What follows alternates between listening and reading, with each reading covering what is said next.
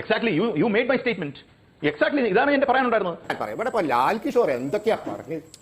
Exactly ലാൽകുമാറെ, Shailaja പറഞ്ഞോട്ടെ, ശൈലജ ടീച്ചറും വീണ ജോർജും ബിന്ദു മാഡം ഒക്കെ വീട്ടിലിരിക്കുന്നതിന്റെ എക്സാക്ട് റീസൺ എന്താന്ന് പറഞ്ഞുതരാം. രാഷ്ട്രീയത്തിന് വെന്റിലേറ്റർ കിടക്കുക ഇടതുപക്ഷം. ഈ വെന്റിലേറ്റർ കിടക്കുന്ന ആളുടെ മുഖത്ത് ഇങ്ങനെ സാധനം വെക്കും. ഇടതുപക്ഷത്തിന്റെ മുഖത്ത് വെച്ച സാധനം കോൺഗ്രസ് വെച്ചു കൊടുത്തതാ ആ സാധനം. അത് ഇന്ത്യ മുന്നണിയുടെ അതങ്ങ് എടുത്താൽ അന്ന് തീരും. അത്രേ ഉള്ളൂ ഈ ഇടതുപക്ഷം. ശ്രീപത്മനാഭൻ, ആഭ്യന്തരമന്ത്രി അമിത്ഷാ എവിടെ പോയി?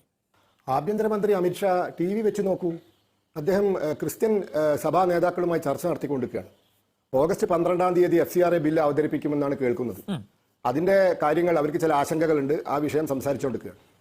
എന്താ TV കാണിച്ചുകൊണ്ടിരിക്കുന്നത്? ദേശീയ ചാനലിൽ വെച്ചാൽ കാണാം.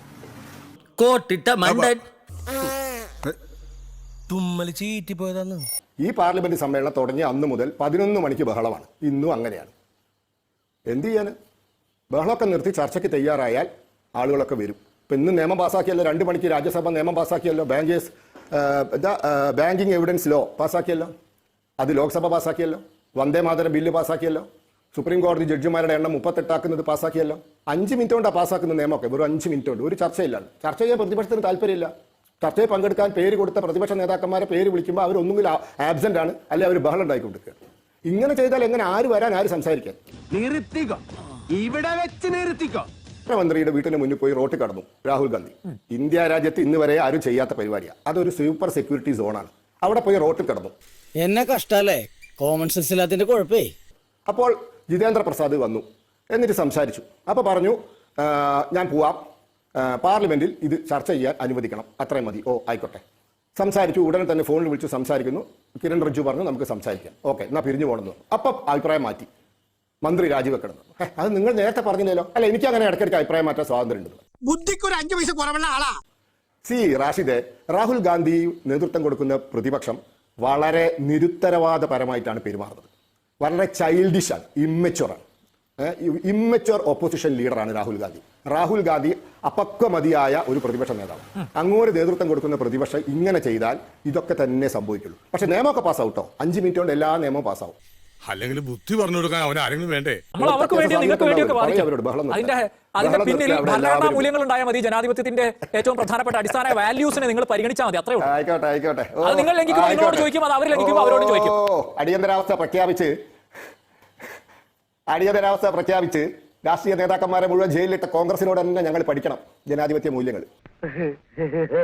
അല്ലേ? കോൺഗ്രസുകാരോട് തന്നെ പഠിക്കണം. അവരോട് നമ്മൾ അടിയന്തരാവസ്ഥയെ കുറിച്ച് എല്ലാ കാലത്തും ചോദിക്കാറുണ്ട്, ഇപ്പോഴും ചോദിക്കാറുണ്ട്. അവരുടെ അടിയന്തരാവസ്ഥ പ്രഖ്യാപിച്ച പ്രധാനമന്ത്രി തൊട്ടിങ്ങോട്ട് താഴോട്ടുള്ള ഇന്നത്തെ അവരുടെ തലപ്പത്തുള്ളവരോട് നമ്മളും നിങ്ങൾ ഒരുമിച്ച് ചേർന്ന് ചോദിക്കാറുണ്ട്. നാവിലെ ഗുളിക നിന്ന സമയത്ത് പറഞ്ഞു പോയതാ. ബഹളം നിർത്താൻ തുടക്കി അന്ന് മുതൽ പറയുന്നു. താങ്കൾ കേൾക്കാത്തത്, താങ്കൾ ശ്രദ്ധിക്കാത്തത്. അല്ല, ആഭ്യന്തരമന്ത്രി വരാം, ബഹളം നിർത്തിയാൽ ആഭ്യന്തരമന്ത്രി വരാം എന്ന് എവിടെയും പറഞ്ഞിട്ടില്ല. ധർമ്മേന്ദ്ര പ്രധാൻ രാജിവെച്ച ശേഷം അദ്ദേഹത്തിന്റെ കാര്യത്തിൽ ഒരു അറിയിപ്പ് അങ്ങനെയല്ല. നിങ്ങളിങ്ങനെ കോൺഗ്രസിന് വേണ്ടി അമിതാവേശം പൂണ്ട് ബഹളം നിർത്തിയാൽ, അല്ല മനസ്സിലായി താങ്കളുടെ ബുദ്ധിമുട്ട് എനിക്ക് മനസ്സിലായി. Council of Ministers are collectively responsible to the Lok Sabha എന്നാണ്, അല്ലെങ്കിൽ to the lower house എന്നാണ് കോൺസ്റ്റിറ്റ്യൂഷണൽ പ്രയോഗം. ഇവിടെ എന്ത് റെസ്പോൺസിബിലിറ്റി? അവിടെ തുടങ്ങി അവന്റെ മറ്റോടത്ത് ഇംഗ്ലീഷ് നടന്ന പല കാര്യങ്ങളിലും ആൾക്കാരെ സസ്പെൻഡ് ചെയ്താണ് പല കാര്യങ്ങളും നടത്തിക്കൊണ്ടിരുന്നത്. അപ്പം നമുക്ക് ചരിത്രപരമായ ഈ വിഷയത്തിൽ സംഘപരിവാറിന്റെ കീഴിലുള്ള അല്ലെങ്കിൽ BJPയുടെ കീഴിലുള്ള പാർലമെന്ററി പ്രൊസീഡിംഗ്സുമായി ബന്ധപ്പെട്ട് നമുക്ക് ഒരുപാട് വിമർശനങ്ങളുണ്ട്. ആ വിമർശനങ്ങൾ അവിടെ നിൽക്കുന്നു. ഇവിടെ പറയുന്നത് നോക്കൂ, ഈ രാജ്യത്ത് നടന്ന ഏറ്റവും വലിയ സമരങ്ങളിലൊന്ന്, അതിൽ സംഘപരിവാർ ആദ്യം തന്നെ രാജ്നാഥ് സിംഗ് പറയുന്നത് അവരുടെ കൂട്ടത്തിലുള്ളവരാരും രാജിവെക്കാൻ പോകുന്നേയില്ല. അങ്ങനെ സ്റ്റേറ്റ്മെന്റ് അദ്ദേഹം പറഞ്ഞു എന്നുള്ളതാണ്. രാജ്യത്തിന്റെ പ്രതിരോധ വകുപ്പ് മന്ത്രിയാണ് ആദ്യം സ്റ്റേറ്റ്മെന്റ് പറയുന്നത്. രാജിയെക്കുറിച്ച് ചിന്തിക്കേണ്ട കാര്യമില്ല. പക്ഷേ ആ സമരം വല്ലാത്ത രീതിയിൽ ആക്സെൻച്വേറ്റ് ചെയ്യുക അല്ലെങ്കിൽ ഇന്റൻസിഫൈ ചെയ്യുകയും ആ ഇന്റൻസിഫൈ ചെയ്തതിന്റെ റിസൾട്ടിൽ രാജിവെക്കേണ്ട സാഹചര്യം വന്നു.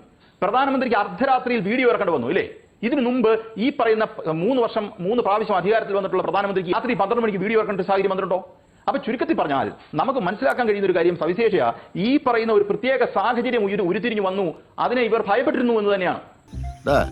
നീ ആക്കിക്കോ, പക്ഷെ ഒരുപാട് കയറി അങ്ങ് ആക്കരുത്. ധർമ്മേന്ദ്ര പ്രധാൻ രാജിവെക്കുന്നതിന് മുൻപും അവർക്ക് ഉത്തരവുണ്ടായിരുന്നു, രാജിവെച്ച ശേഷവും ഉത്തരവുണ്ടായിരുന്നു. എന്തിന്റെ പേരിലാണ് രാജിവെച്ചെന്ന് ധർമ്മേന്ദ്ര പ്രധാൻ പറയുന്നുണ്ട്. ഈ രാജ്യം കുട്ടിച്ചോറാതിരിക്കാനും ഈ സമരത്തെ ദുഷ്ടലാക്കുകൾ ദുരുപയോഗം ചെയ്യാതിരിക്കാനും വേണ്ടിയിട്ടാണ് എന്നാണ് അദ്ദേഹം വിശദീകരിച്ചിട്ടുള്ളത്. ആ ഉത്തരവെങ്കിൽ ആ ഉത്തരം സഭയിൽ വന്ന് പറയുന്നതിന് എന്താണ് പ്രയാസം? ഇപ്പൊ താങ്കൾ പറഞ്ഞു പ്രധാനമന്ത്രി നരേന്ദ്രമോദി റീൽ ഇട്ടു അല്ല, എന്ന്. ഈ സംഭവം ഉണ്ടായ ശേഷം 5 ഇൻസ്റ്റാഗ്രാം റീലുകളാണ് പ്രധാനമന്ത്രി ഇട്ടത്. ആ ഇൻസ്റ്റാഗ്രാം റീലുകളിൽ വീഡിയോകളിൽ അദ്ദേഹം പറഞ്ഞത് സഭയിൽ വന്ന് പറഞ്ഞാൽ മതി, അത് ചെയ്യുന്നില്ല എന്നുള്ളതാണ്. അതാണ് exactly you made my statement. Exactly ഇതാണ് എന്റെ പറയാനുണ്ടായിരുന്നത്. എന്നാ ഇപ്പൊ ശരിയായി തരാ. ഇവിടെ ഇപ്പൊ ലാൽ കിഷോർ എന്തൊക്കെയാ പറഞ്ഞു? ലാൽകുമാർ. എക്സാക്ട്ലി ലാൽകുമാറെ, ശൈലജ ഇത് പറഞ്ഞോട്ടെ, ശൈലജ ടീച്ചറും വീണ ജോർജും ബിന്ദു മാഡം ഒക്കെ വീട്ടിലിരിക്കുന്നതിന്റെ എക്സാക്ട് റീസൺ എന്താന്ന് പറഞ്ഞുതരാ. കേരളത്തിലെ സെക്രട്ടേറിയറ്റ് നടയിൽ ആ പാവ ആശാ വർക്കർമാർ സമരം ചെയ്തപ്പോ അവരെ പരിഹസിക്കുകയും പുച്ഛിക്കുകയും ചെയ്തത് കൊണ്ടാ കേട്ടോ. പരിഹസിക്കുകയും പുച്ഛിക്കുകയും ചെയ്തത് കൊണ്ടാ. Exactly that is the reason why these people are sitting in their home.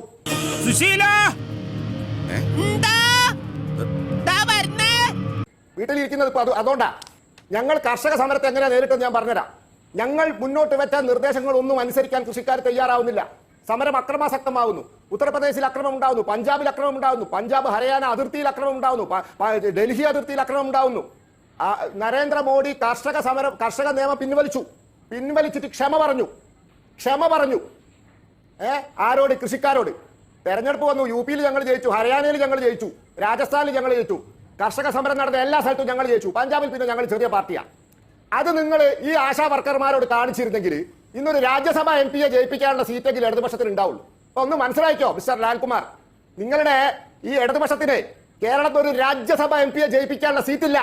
36 seat വേണം ഒരു രാജ്യസഭാ MP-യെ ജയിപ്പിക്കണമെങ്കിൽ. ഇല്ല, എക്സാക്ട്ലി ആ സിറ്റുവേഷനില്ല. അപ്പം എന്റെ ഈശ്വര, എന്റെ ജീവിതത്തിൽ ഞാൻ ഇങ്ങനെ ഒരു പുരിവാലി പിടിച്ചിട്ടില്ല കേട്ടോ. നിങ്ങൾ സമരത്തെ നേരിട്ട പോലെയല്ല ഞങ്ങൾ നേരിടുക. ഞങ്ങൾക്ക് ഈഗോ ഇല്ല. നിങ്ങൾക്ക് നിങ്ങളെക്കാൾ വലിയ ഈഗോ. നേതാക്കന്മാർക്ക് 65 കിലോ ആണ് തൂക്കമെങ്കിൽ നേതാക്കന്മാരെ ഈഗോന് 165 കിലോ തൂക്കം, കടക്ക് പുറത്ത് എന്നൊക്കെ പറയുന്ന നേതാക്കന്മാരാണല്ലോ. അതിന്റെ ഗുണം പരിപാലിക്കുന്നത് ഒരു രാജ്യസഭ 4 കൊല്ലം കൂടി കഴിഞ്ഞാൽ ഞാനൊന്ന് പറഞ്ഞോട്ടെ.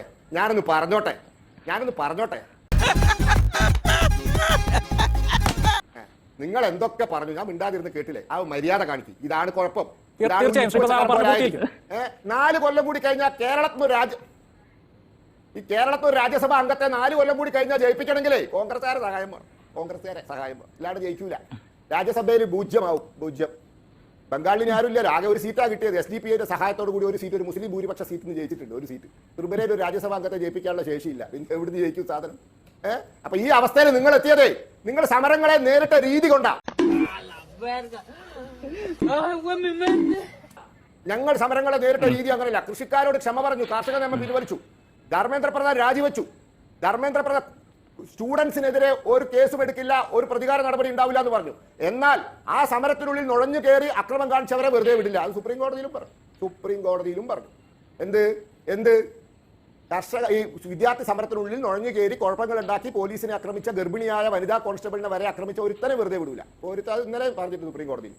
ഒന്നുമല്ലാത്ത എന്റെ പാർട്ടി, ഞാൻ വിശ്വസിക്കുന്ന പാർട്ടി പ്രസ്ഥാനത്തിന് ഒന്നുമല്ലാത്തൊരു പാർട്ടിക്ക് വേണ്ടി അദ്ദേഹം പൂർണ്ണമായി സമയം അദ്ദേഹത്തിന്റെ രണ്ടാമത്തെ സ്ട്രെച്ച് ചെലവഴിച്ചു. കാര്യം എന്താ? അത് ഞങ്ങളെ ഭയപ്പെടുന്നുണ്ടോ? എന്താ ഞങ്ങളുടെ എണ്ണത്തിലൊക്കെ അവിടെ കിടക്കുന്നേ, അതൊക്കെ അവിടെ കിടക്കും. നിങ്ങൾക്കത് കൊണ്ടിട്ടുണ്ട്. നിങ്ങൾ കൊണ്ടിട്ടില്ലെങ്കിൽ ഇങ്ങനെ ഉണ്ടായിരിക്കണം. ഇത്രയും എനിക്ക് വേണ്ടി ലാൽകുമാറെ ചോദിച്ചു ഇത്രയും വർത്തമാനം പറയേണ്ട കാര്യം? ഇന്ത്യൻ രാഷ്ട്രീയത്തിൽ വെന്റിലേറ്ററിൽ കിടക്കുന്ന ഇടതുപക്ഷത്തോട് ഞങ്ങൾക്ക് എന്ത് ഭയക്കാൻ? ഞങ്ങൾ അവരെ മൈൻഡ് ചെയ്യുന്നില്ല എന്നുള്ളതാണ് സത്യം. ഇന്ത്യൻ രാഷ്ട്രീയത്തിൽ വെന്റിലേറ്ററിൽ കിടക്കുക ഇടതുപക്ഷം. ഈ വെന്റിലേറ്റർ കിടക്കുന്ന ആളുടെ മുഖത്ത് ഇങ്ങനെ സാധനം വെക്കും. ഇടതുപക്ഷത്തിന്റെ മുഖത്ത് വെച്ച സാധനം കോൺഗ്രസ്സാണ്. കോൺഗ്രസ് വെച്ചു കൊടുത്തതാ ആ സാധനം. അത് ഇന്ത്യ മുന്നണിയുടെ അതങ്ങ് എടുത്താൽ അന്ന് തീരും. അത്രേ ഉള്ളൂ ഈ ഇടതുപക്ഷം. ഈശ്വര, ഇവിടെ ആരും പറഞ്ഞിരിക്കാൻ വെന്റിലേറ്റർ കിടക്കുന്ന സാധനത്തിന്റെ അടുത്ത് ഞങ്ങൾ പെടാൻ. ആ കോൺഗ്രസ്സുകാർ ഈ സാധനം എടുത്താൽ അന്ന് തീരും. അതുപോലെ